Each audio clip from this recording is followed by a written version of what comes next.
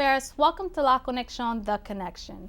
Now, the Women Business Center at the First State Community Loan Fund will provide guidance for female entrepreneurs. I have here with us Jessica Gibson and Danae Wolf, who will tell us about this new initiative and their involvement. Thank you for joining us here on our first new set. I know, it's amazing here. It's awesome. It's definitely a new look for the new year.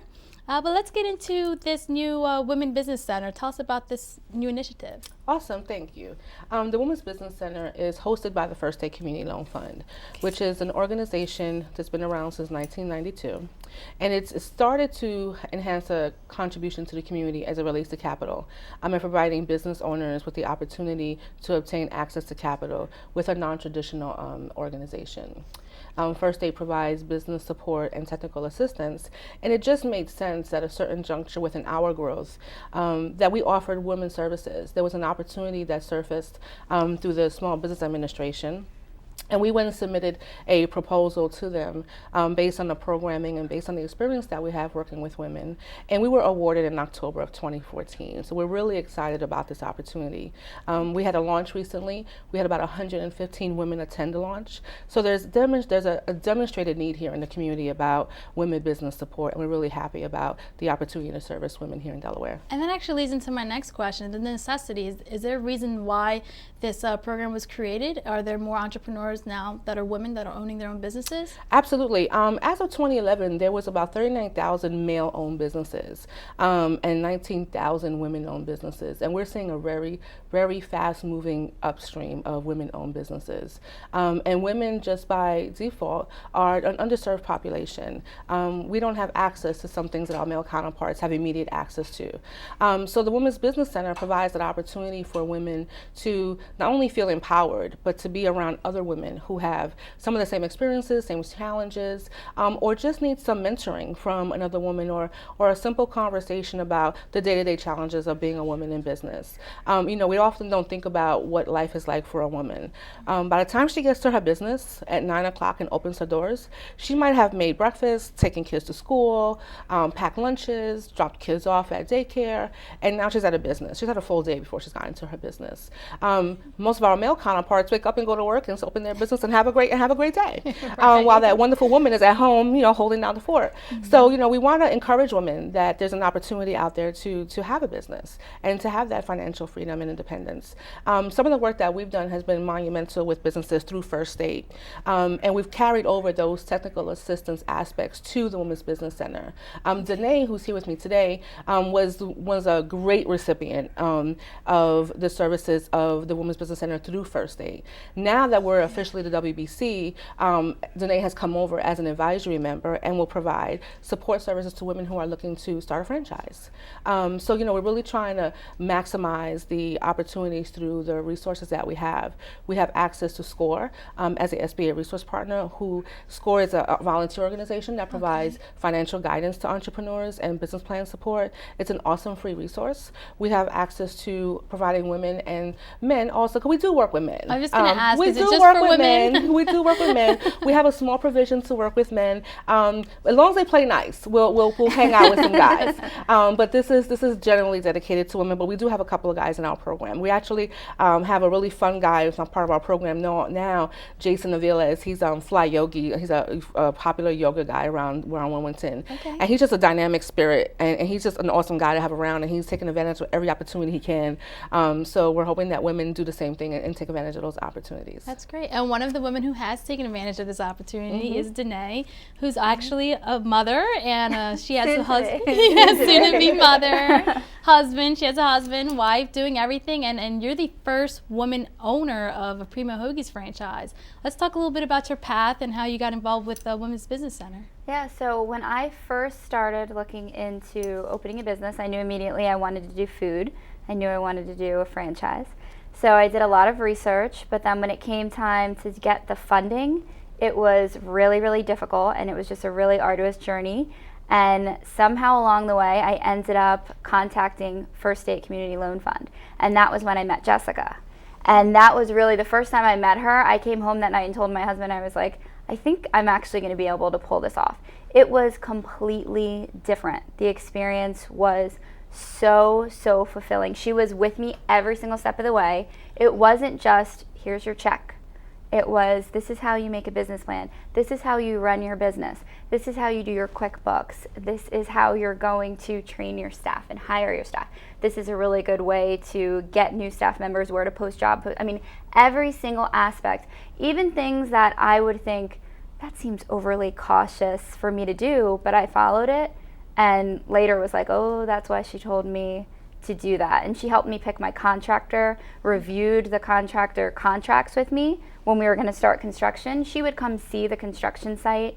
I mean, it was really, we were hand in hand. And if I had a crazy day, she would say, we'll meet late. She would rearrange her schedule and meet with me later in the evening.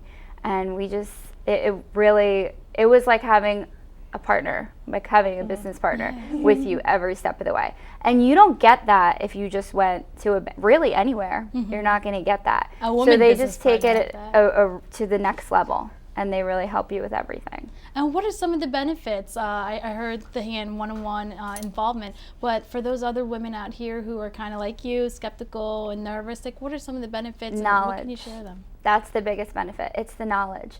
Everybody will approach Jessica with a dream, but she knows how to make it a reality. So she's going to give you all of the tools. You have to do the work, but it's a much easier road when somebody's mapping it out for you. You still have to take the journey yourself, but she's going to give you that roadmap and guide you and provide you with the tools to make everything just much easier. And it's just the wealth of knowledge, it's priceless. And Jessica, when it comes to actually trying to make your dream a reality, is there a certain type of salary you need to make, or are there requirements when a woman comes to you for some help? When a woman comes to me, the number one requirement is commitment and passion.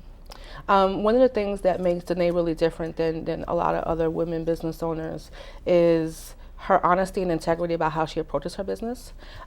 There's not much emotional investment in her work. It's a business.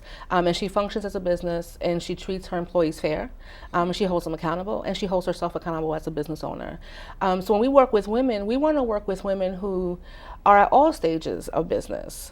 But there's a certain level of commitment and passion you have to have, because that commitment and passion is going to allow you to get through those times when it's hard. Yeah. Business is hard. It's not easy. You don't just open a business, they come, and I'm rich. It's a lot of hard work. It's a lot of sacrifice and a lot of hard work. So we want to work with women who identify that and want to identify resources in the community that can help ease that. And that's what we're here for. We're not telling anyone how to run their business, telling them you must do this. We're providing them with tools that can help strengthen the decisions that they make. And through trial and tribulations after their store actually opens, is the Women Business Center still there to help? Of course. We want to hang out with you. We want to be your friend. We want to continue engaging with you and continue providing with opportunities of engagement. We want them to look at the WBC as a resource for any type of ill will that they have, or any type of resource they may need. Even if it's something that we may not be able to provide, we have access to all the resources here in Delaware. And, I'm pretty resourceful myself, so we'll figure it out. We'll figure it out. I've had some clients call me and say, this has nothing to do with my business, but I really need a pediatrician for my doctor, my son. I need a pediatrician. And I said, let me call a couple of friends of mine who have kids. And, that's a non-business service, but it's a service that provides balance for a woman. Right. And that's what we're trying to do. We're trying to allow and create balance. When a woman has balance, she can achieve anything. Yes. And that's the goal. We identify that, and we realize that, and we know that balance is what women are looking for. And we're looking to provide that through resources, access to capital, training, and workshops. Wonderful. And is there a website or phone number that one can reach? Sure. We're located in the Community Service Building. We're hosted by First State in their offices. Our phone number is 302-652-6774. Our website is firststateloan.org, but we're in the transition of upgrading the website and adding some WBC stuff to it. But people can follow us on Facebook at the Women's Business Center at First State Community Loan Fund, and that's where folks can get the most information about what we're doing. And any last encouraging words, Danae? I really just think if you do what you love, it'll really be like you're not working at all. You just become following your passion, and it just really becomes, I always say, if you actually looked at it, I'm working all the time, but I don't ever feel like I'm working. It's just my life. It's literally just my life because I love what I do. Wonderful. Well, thank you, Danae and Jessica, for your time. Thank you. Thank you. More of La Conexión when we return.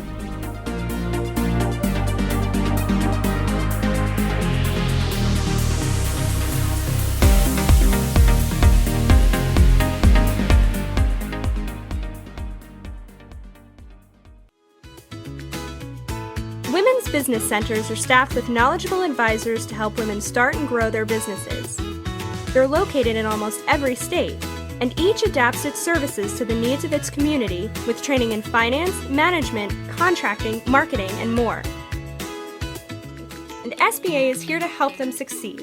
Visit sba.gov/women to learn more about how SBA helps empower women business owners across the country.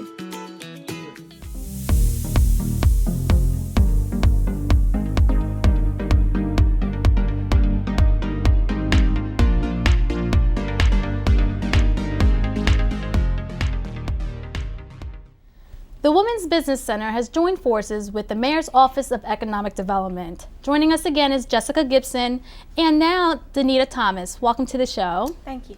Thank you for joining us. So let's start off with this partnership. How did this start and what was the need? Well, actually, the Mayor's Office of Economic Development has a small business office, which I manage. And when Jessica got the opportunity to take the helm of the Women's Business Center, we got together and figured out how can we collaborate, how can we bring more programs to small businesses to ensure that we're meeting the needs of our residents and that we're promoting economic empowerment in the city of Wilmington. And the Women's Business Center not only provides programs for these female entrepreneurs who are coming to them, but there's also other collaborations. Can you tell us how you're working together on that? Sure. In the past, the city has sponsored the Small Business Success Series, which is a 12-week business planning and business plan development course.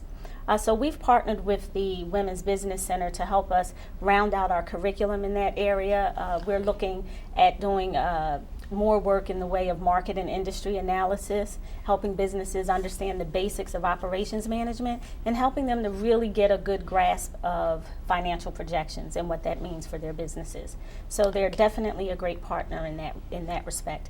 And one of the keys to that program is that the Women's Business Center is uniquely positioned to provide our entrepreneurs with continued support after the 12-week program ends. And what does this partnership mean to the Women's Business Center? It's an awesome opportunity to work with the City of Wilmington. The City of Wilmington is a thriving community. There are businesses popping up all over the place, and there isn't a centralized focus of support services. So we were thrilled to approach the city with some ideas, some really innovative ideas, and we were even more excited when they was like, we're absolutely on board. With Danita's leadership, it's been a great transition for the Office of Economic Development, and it's been a great opportunity for the WBC and First State to develop a more deeper relationship with the city to create more impact for the women and men here in the city of Wilmington. We've talked about a bunch of different programs. There were so many ideas and so many opportunities, and one of the other opportunities that we thought about was providing the community with an additional opportunity for some savings. We at the Women's Business Center offer a program called Business Savers, which is a program where if you meet the financial eligibility requirements, you're able to save a portion of money and create a savings goal, and we'll match that 2 to 1. And those purposes are designated for your business. What are you going to do in your business and how are you going to do it? Through that time, we anticipate that these folks will go through the Business Success Series. Mm-hmm. They'll save their monies, they'll have it matched, and they'll have a nice investment to start their business. The cool part of that is the City of Wilmington, the Office of Economic Development, is going to provide an additional match, and we're calling that program the Business Savers Plus program. So there's a 50% of whatever you individually save will be matched via the Department of Economic Development, which is an awesome opportunity for the residents of the City of Wilmington who may not be in a position to borrow funds or who may not have the financial stability to borrow funds and aren't eligible. This is a great opportunity to learn about savings and financial management, reviewing your credit, determining what you can do to revive your credit so that you do become loanable, so that you can take that investment up to $6,000 with the additional match. Mm-hmm. Grow your business to a point, demonstrate the ability, create some historical data so that you can be approached by a lender and develop some additional opportunities for income. This is a great opportunity. Now, in regards to the classes that you were mentioning, like how often are they held and is there a fee? Yes, we hold the classes twice a year. We hold a spring session and a fall session. We charge $100 for businesses and residents that are not in the city of Wilmington, but we do take participants from throughout the state. Okay. And if you are a City of Wilmington resident or business, we only charge $75, and that includes the entire 12 weeks of training, as well as the materials that are required for the course. The services provided by the WBC are free, and they extend again beyond the 12-week program. We're available via email, so you can reach us at SMBEO, which is for Small and Minority Business Enterprise Office. That's a mouthful.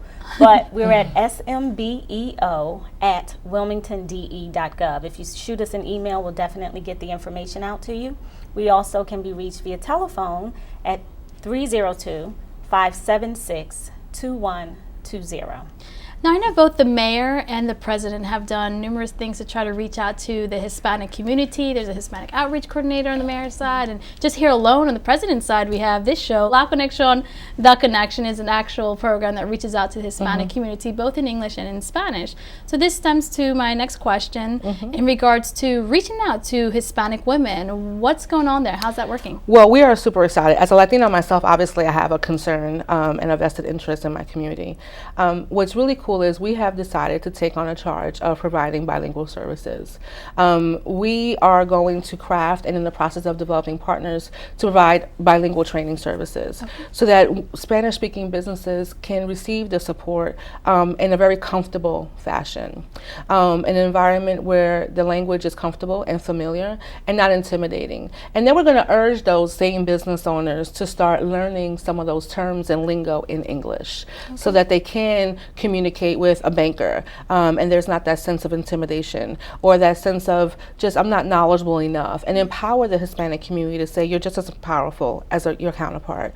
We're looking to partner with other state organizations as well in providing very specific detailed support services to the Hispanic community. We're really excited about that, and if there's some Hispanic owned businesses that are out there who are not sure, who are uncomfortable, they should give me a call and trust that I understand the way it works. I get it. I understand the way it works. I certainly can facilitate, work with, and understand the dynamics and the language. And more importantly, I understand our culture. Is there anything that we might have not touched bases on that you would like to share with us? There's one thing that I don't think we talked about. First State Community Loan Fund, the First State side on our lending arm, there's an opportunity that business owners who live in the city of Wilmington who want to start a business here in Wilmington, who may not have any collateral to support their deal or may not have enough backing in their deal, there's an opportunity to approach us, and we'll engage with the city for a potential guarantee to support that deal and just strengthen the opportunity a little bit. We've done one deal, we're working on another deal. So there's another opportunity for people who are eligible for Business Savers Plus, who may not be totally ready for financing, but there's an option, a window of opportunity that we can provide to a business owner who may not have all the collateral that's needed to support their deal. And that's a program that we have with the City of Wilmington as well. So we're really excited about the growth of the Economic Development Office and our continued partnerships with them. Thank you, Jessica. Danita? Yeah, just as a closer, I would like to say there are other creative tools we use to get funding to emerging businesses. We're looking at working together on our annual business plan competition. That's a very fun way for businesses to earn some seed capital for their businesses. So you'll be hearing more about that soon. And down the line, we'll look at doing monthly trainings with the WBC as it relates to lending and business finance. Wonderful. Well, thank you, ladies, for joining us. Thank you for having us. For this valuable information. Yes, thank you. And I actually had the opportunity to attend the launch of the Women's Business Center at the Primo's Hoagie's shop at Kirkwood Highway. And I prepared for us a clip of all the highlights that took place of the supporters and speakers, keynote speakers that attended, and all the other business owners who were actually there to help support too as well. So take a look at this clip, and then on behalf of all of us here at WITN Channel 22, I'm Yesenia Taveras. Thank you so much for watching, and have a great day. First State Community Loan Fund, we are a nonprofit community development financial institution. We've been around since 1992. I'm going to read our mission statement, and I apologize that I have to read our mission statement, but we just changed it. And I've been saying that old mission statement for 11 years, so I haven't quite committed the new one to memory yet. So I'm going to read our new mission statement, and it speaks to what we're trying to do. It speaks to the work of the Women's Business Center. So our mission is to educate, empower, and elevate business owners and entrepreneurs by augmenting technical experience, increasing access to capital, and stimulating business growth. So that's our new mission statement. And when you think about the work that the Women's Business Center is going to do, it fits very nicely into what we've been doing for the last 22 years. So we're here to talk about the Women's Business Center. As I just said, fits very nicely in the work we've been doing at First State Community Loan Fund over the last 22 years. Historically, 55% of all the loans that we made historically have gone to women-owned businesses. So, we were thinking about women-owned businesses before we got the Women's Business Center. 57% of the loans that we've made over the last 22 years have gone to minority entrepreneurs. 60% of the loans have gone to low-income individuals. So you can see the focus that we've had, the folks that we've been focused on supporting in our tenure at First State Community Loan Fund. We believe the resources of the Women's Business Center will enable us to help more businesses grow, create more jobs, and build wealth in the communities that need it the most. Congratulations once again to the Women's Business Center here at First State Community Loan Fund. The Women's Business Center was established by SBA going back into 1988. The program has been around that long, and we now have offices in every state. What the organization does is help women-owned entrepreneurs with free one-on-one consultation and low-cost training. Some of the assistance that is being provided, particularly for startup businesses, is help with the development of the business plan, help with locating financing, marketing, and for existing businesses, it's a variety of assistance as well. Some of the assistance include human resource management, accounting, and so much more. Our history tells us that women business centers that are associated with financial institutions are the best performing ones. So I'm happy to say that this particular organization, combined with First State Community Loan Fund, should have some tremendous success. I was appointed by the president. I am so excited after yesterday's State of the Union. Couldn't stop tweeting of how amazing person that I get to have the honor to work for. So on behalf of the president, I really want to go ahead and congratulate all of you who are here today, especially the women business owners, especially the women entrepreneurs. It is an amazing thing that in 1970, only 5% of the businesses across the U.S. were women-owned, and today, 30% of that. 30% of the businesses today are owned by women. And I'm really just thankful for First State to step up and make sure that they, collaborate, they partner, and they host us. Really, thank you, Van, for taking the leadership on that. We can't do anything without our partners. We can't do anything without our small business development centers, our SCORE chapters, and our women business centers. As the SBA, we are the only agency or department with business as part of our name. That is really, really important for us. So even though we're a small agency, we're trying to do a big, big job. And we have proved again and again in this administration in the last 6 years that we can come back, that we can grow our economy, that it depends a lot in our small businesses. It is the small businesses who've been hiring more people than any other large businesses today. 2 out of every 3 jobs, new jobs have been created by small businesses. So it's on the backs of those entrepreneurs that are the future of this country lies upon. And it's really just an amazing testimony to Danae for stepping up and being able to push this on with your own team, your family, and so on. Because the first folks that you hire are people who are giving back to their community, and that is really important locally. I want to thank Delaware, the great state of Delaware. I'm always happy to come to Delaware. Everything tends to work so well in Delaware compared to many of my other states. Thank God.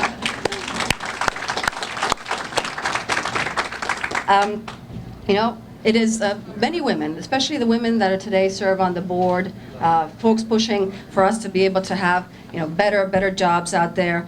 It is really important for us to step up into our community and become those community leaders. I know having started several businesses myself, I never had time, but I made sure we had time to mentor other women, mentor other entrepreneurs. It just takes a little bit of time to put aside because those are the future. Those folks are the future. When we look at our millennials, we're trying to push more programs for our millennials. Our millennials are those folks under 30 who who are still struggling to find a job.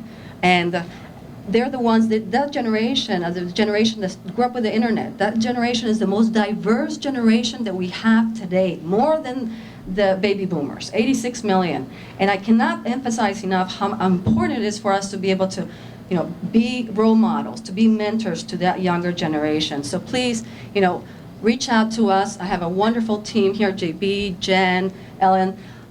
Reach out to us, reach out to our partners. We're here to serve you. We're here 24/7 because we understand what it is to grow a business. We understand what it is to help you be successful. And just like my boss, the administrator, Maria Contreras Sweet, an immigrant from Mexico who started a company, started a bank, and was able to emerge and be successful. She has made us really think of us at the SBA not only as a small business administration, but being smart, being bold, and being accessible to all of you. So again, thank you and congratulations for this amazing journey that you're going to be going on, and we will be with you every step of the way. Pursue your passion. If you pursue your passion, rolling through the roller coaster is fun. Whatever you're doing, that you make an impact in your community, you make an impact in the roles that you serve, and be passionate about what you do. The other thing that when I was at State College, I felt like I would have people in the community say things to me like, and I'm always listening. So, and I'm always listening at the micro level, because if you're at the macro level, then you're really going to miss some stuff. And so I'm always listening. And so when I was at State College, one of the things that was really prevailing for us too was I would have people talk to me about whether it was breast cancer awareness in our community, making sure that I was making an impact from that perspective, whether it was juvenile diabetes. I would have people come to me and they would say, Susan, we talked a lot about diabetes in our community, but not a lot about juvenile diabetes. And I wanted to make sure we're making an impact from that perspective. I would have parents come to me and talk to me about this hidden thing that was happening where young people were committing suicide because of just battling some of the challenges that they were battling. Wanted to make sure that I was making an impact from that perspective, but listening. I have 3 children, as Michelle talked about, and I would sit in the stands where it was at a basketball game or a volleyball game, and I'm listening to people to make sure we make an impact. So playing it forward, coming here to Wilmington, or coming here to Delaware, if you will, wanting to make sure that as I serve as president and publisher of this newspaper, that I do just that. The bigger picture in terms of what I'm saying is whenever you serve, in my opinion, as a woman in leadership, when you have an opportunity to make an impact, stand for something. Stand for something. Take risk. Be bold. Take calculated risk. But be bold, if you will, if you have an opportunity to stand for something. On behalf of all the Pink Carnation business wearers here, we want to thank you. We want to thank you for being here with us. We want to thank you for being powerful and passionate in your day-to-day work.